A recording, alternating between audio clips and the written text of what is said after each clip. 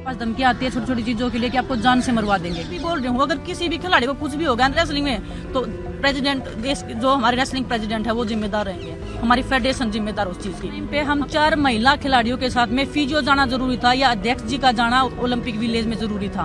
उनके साथ में जो हमारी विनोद जी सेक्रेटरी हैं उनका जाना जरूरी था। हम सच पे जिंदा हैं, हम सच्चे हैं तो आज हम यहाँ पे खड़े हैं। जिंदा रहने को कुश्ती है और कुश्ती हमें वो करने नहीं दे रहे हैं। मरने हमारे पास एक ऑप्शन है, मरना है तो मरना है तो कम से कम भला करके तो मरे। जरा गौर करिए इन बेटियों के आंसुओं पर, इनकी सिसकियों पर।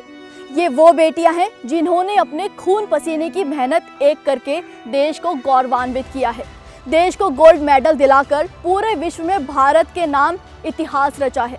जी हाँ, ये है भारतीय रेसलर विनेश फोगाट और साक्षी मलिक, जो देश के लिए मिसाल मानी जाती है।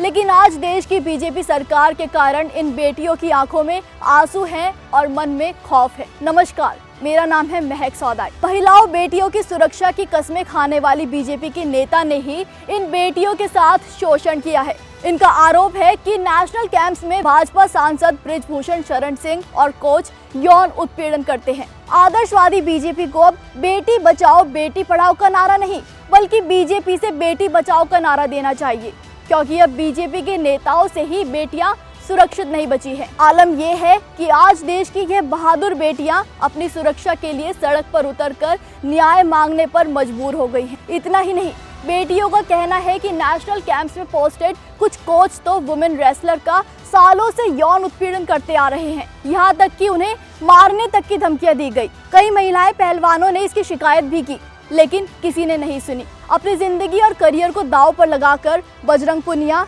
विनेश फोगाट, साक्षी मलिक, संगीता फोगाट, सरिता मोर, अमित धनखड़, सुजीत मान, सोमवीर राठी, राहुल मान जैसे तमाम देश के अनमोल रत्न आज कुश्ती छोड़कर अपनी सुरक्षा के हक के लिए इस कड़कड़ाती ठंड में दिन रात सड़क पर गुजारने पर मजबूर है।